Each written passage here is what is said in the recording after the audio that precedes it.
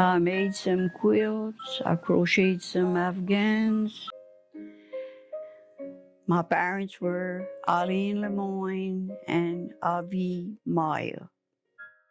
The house that I lived in was a nice size house, nice house, but the rooms were small.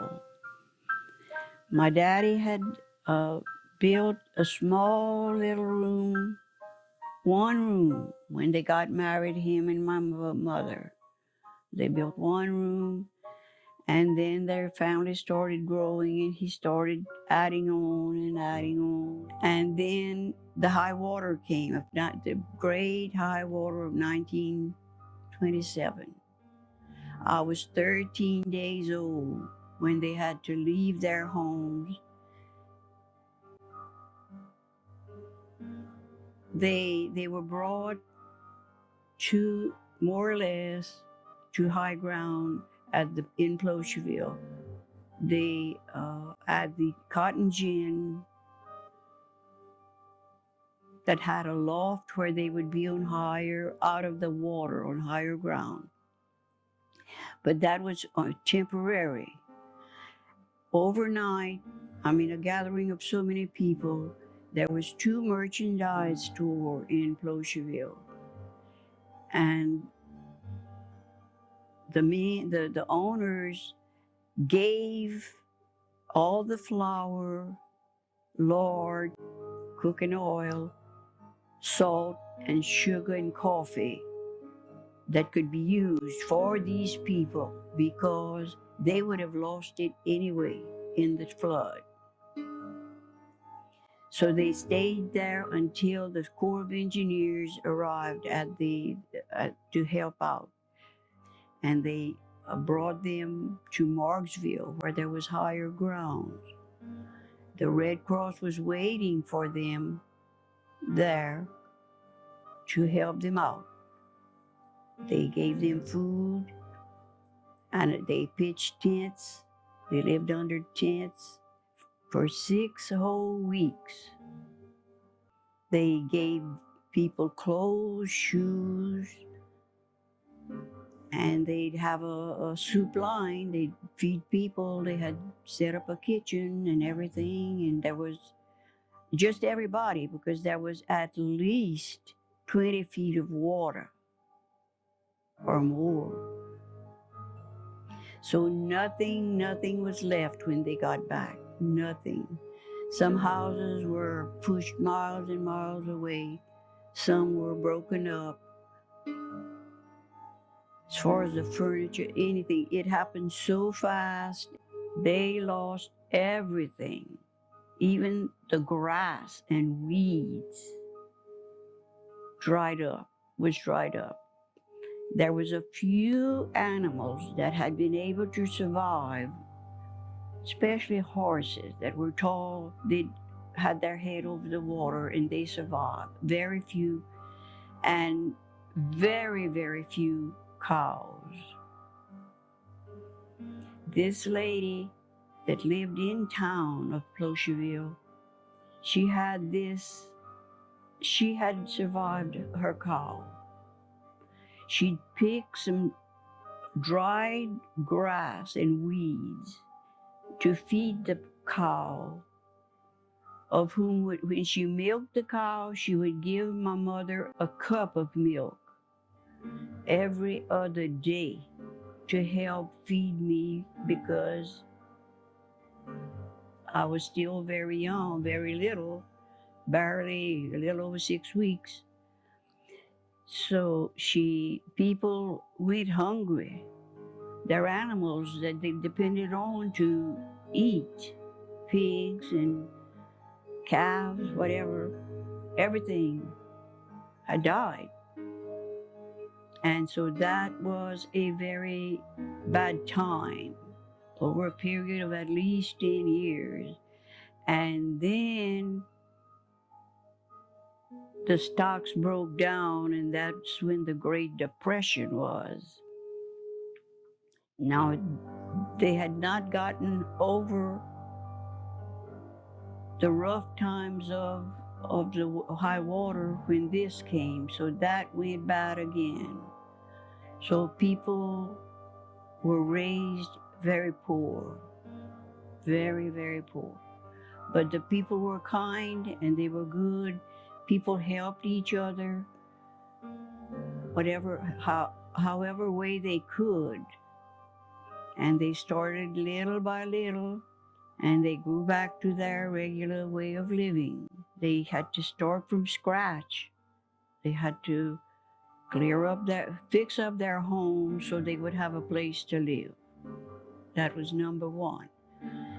And it started a little bit at a time, and like they grew back. I mean, they worked hard. They got their lives started again, and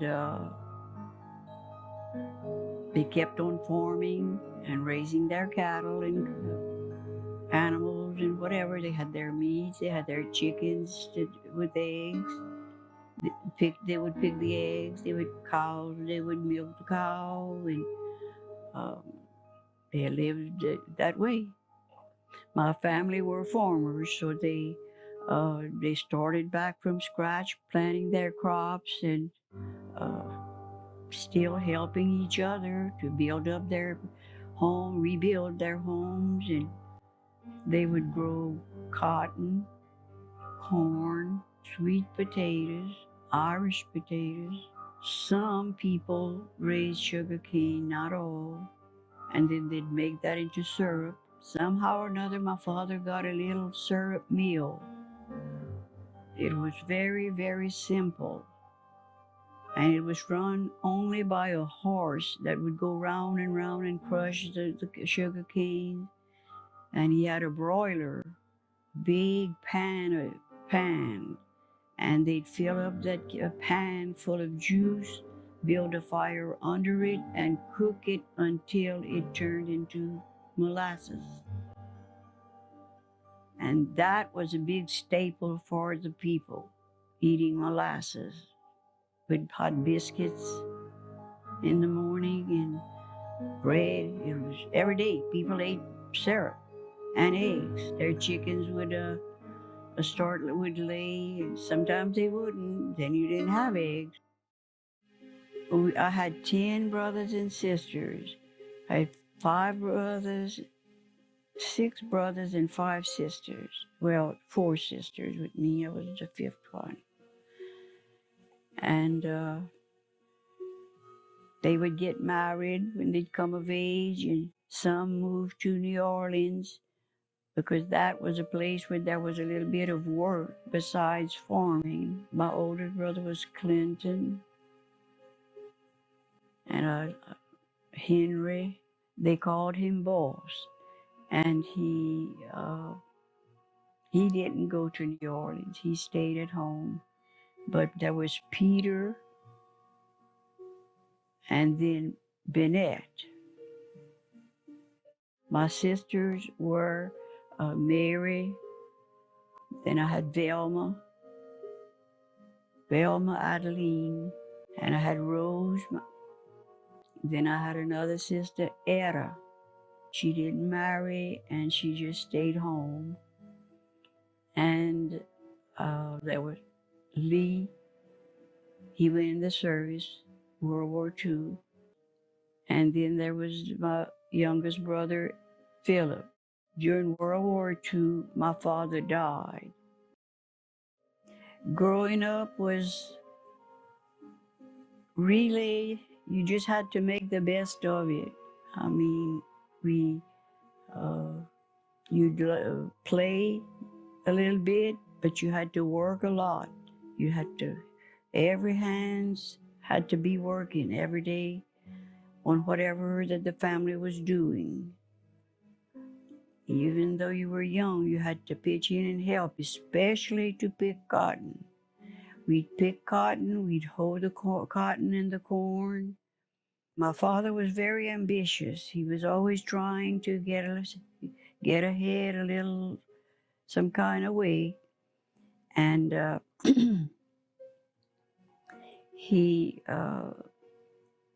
we made a living. It was we were poor. Everybody was poor. There was not much of anything.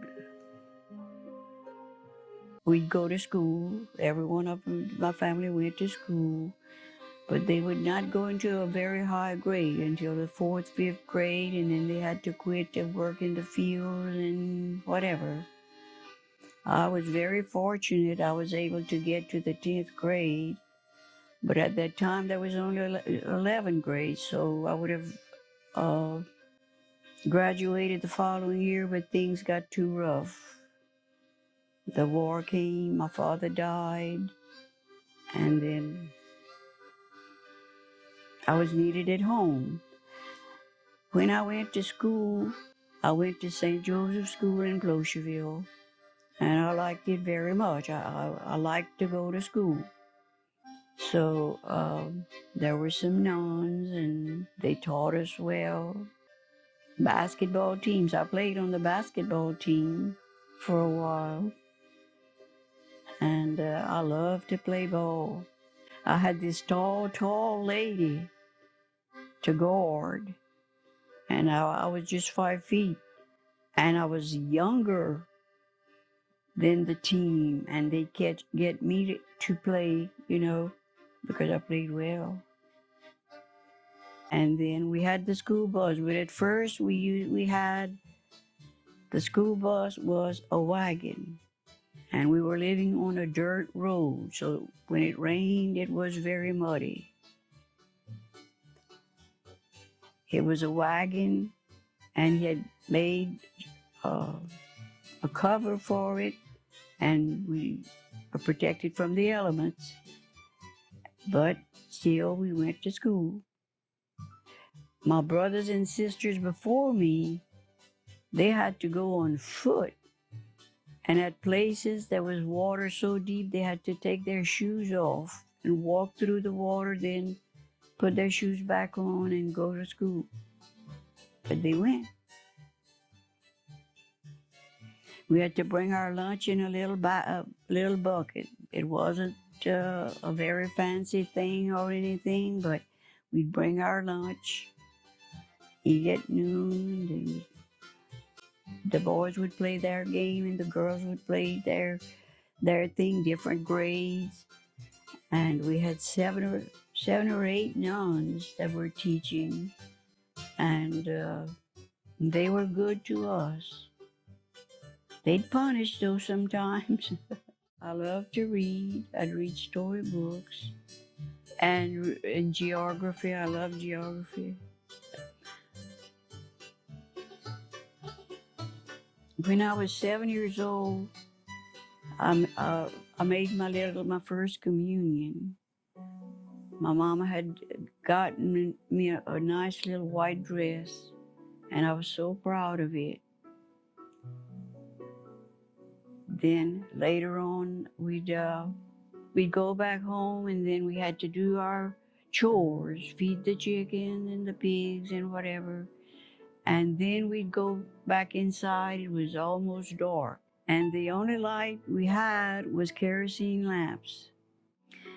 And I had two brothers that were going to school with me, and we'd set the kerosene light in the middle of the room, the living room, and we'd lay on our stomachs so that our heads would be close to the light so we could make our homework, which we did every night.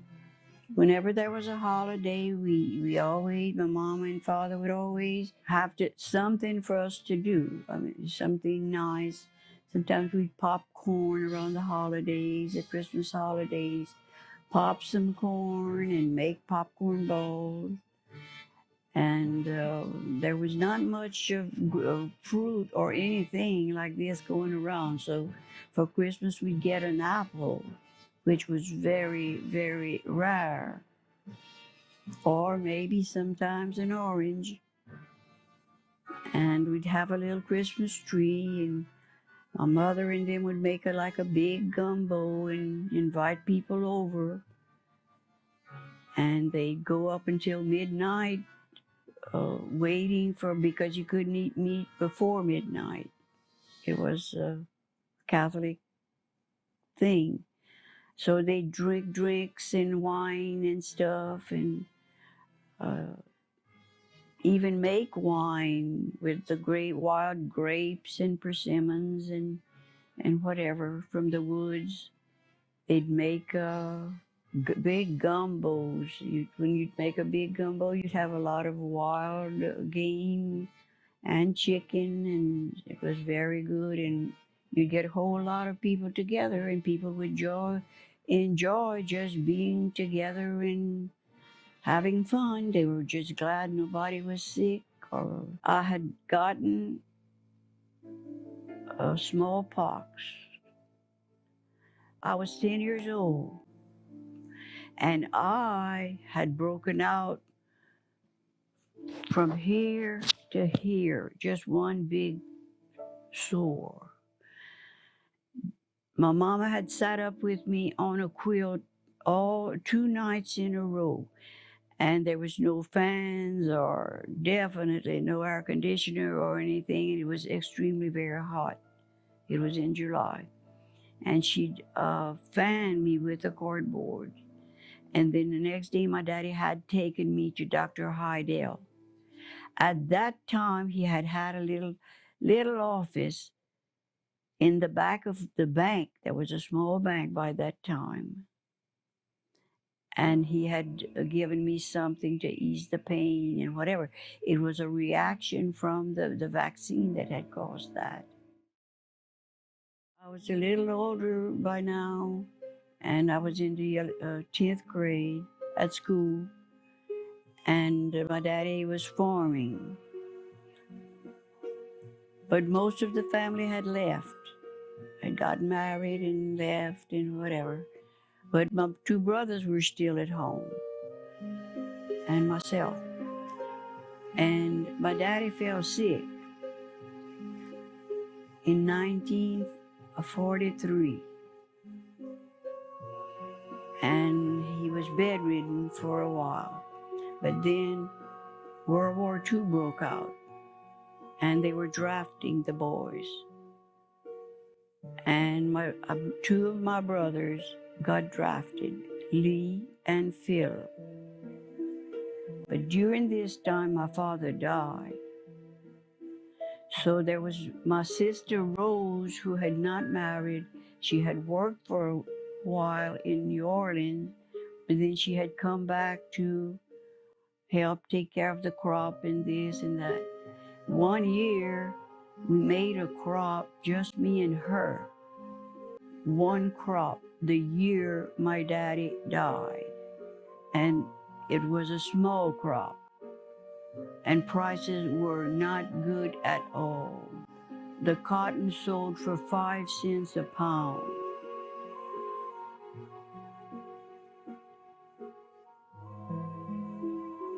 I remember one day we were picking cotton, me and my sister Rose.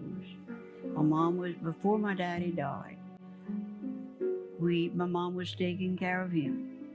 And there was this big oak tree, because there was a lot of oak trees all over, but certain ones were bigger and older than others. Well, by this oak tree, we were a patch of land just on the side of it.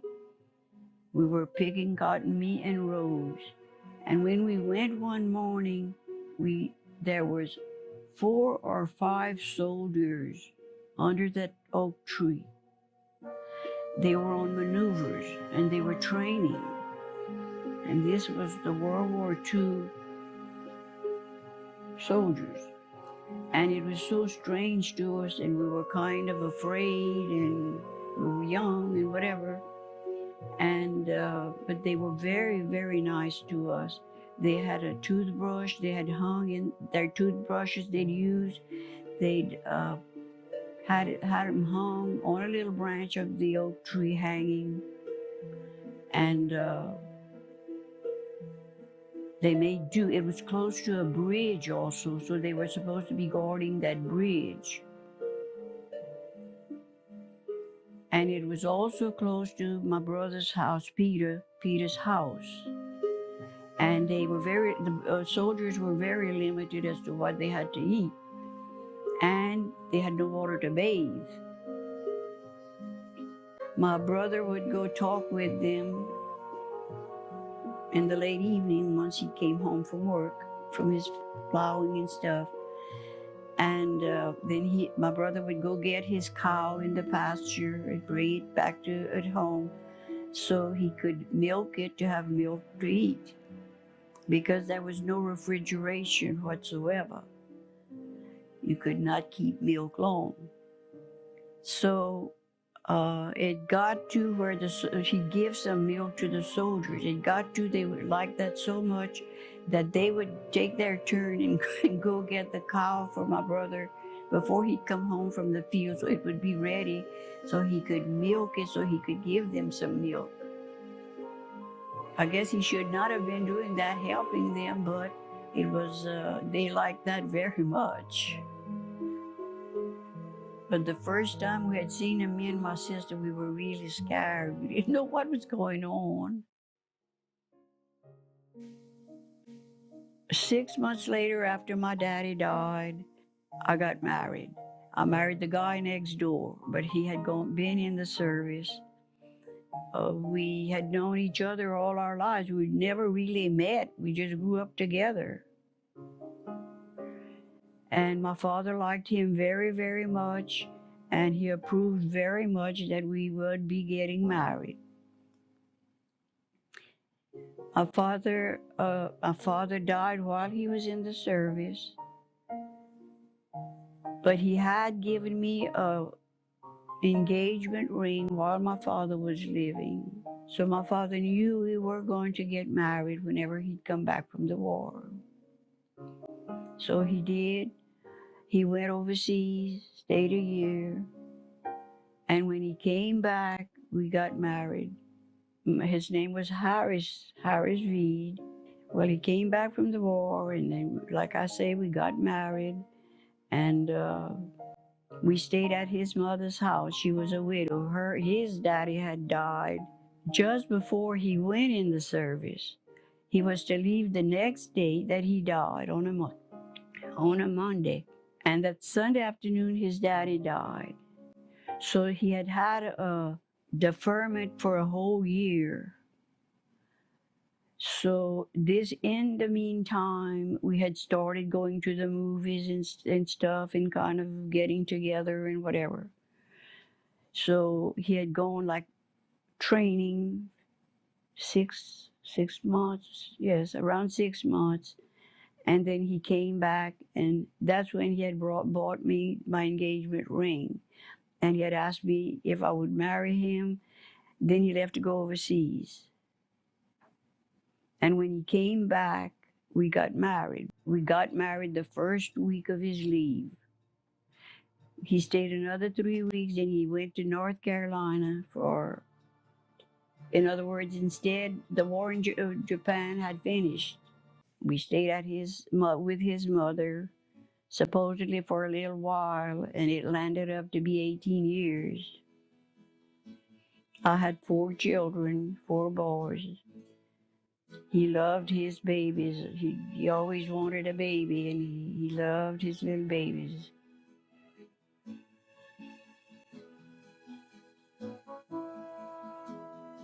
And we had 4 sons. The oldest one was Michael, the other one was Tommy, the next one was Rodney, and the other one was Eddie. My life with him was very good. I mean, we loved each other very much. We didn't hardly ever fight. I'd get mad sometimes, but then in 1973, he became sick. I brought him to the Veterans Hospital in Pineville, and they immediately took tests and stuff, and it just was not very good. And they did lung surgery on him in February of '74.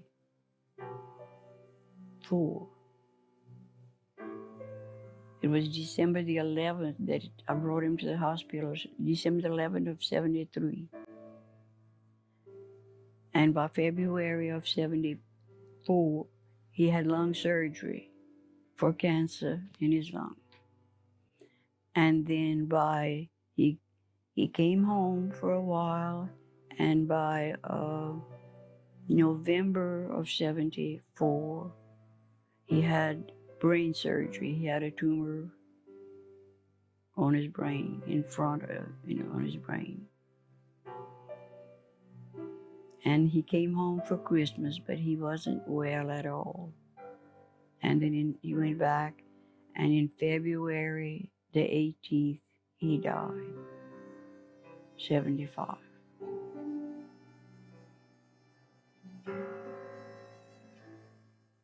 My sister Velma was working at the nursing home in DuPont, and she had been after me to try to go, that she could help me get in, which you didn't have to have much